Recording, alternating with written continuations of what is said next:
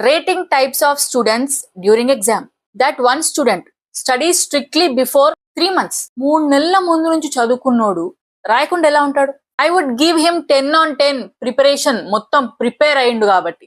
But 0 on 10 relatable. ఎందుకంటే మనకు 3 రోజులే ఎక్కువ. Number 2, that one student who makes aesthetic notes. అంటే ఎస్థెటిక్ నోట్స్ చేస్తారు కానీ చదవరు అనమాట. క్రియేటివిటీకి 10 on 10 ఇచ్చేస్తావా నేను. బట్ యాక్చువల్లీ చదువుతాడా అని అంటే 2 on 10.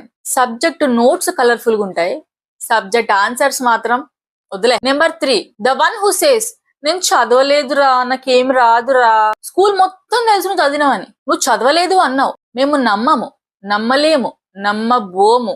Type 4, the one who cries before exams. Tough ఉంటది అని రిజల్ట్స్ వచ్చాక మంచి మార్కులు వస్తే మళ్ళీ ఏడుస్తారు.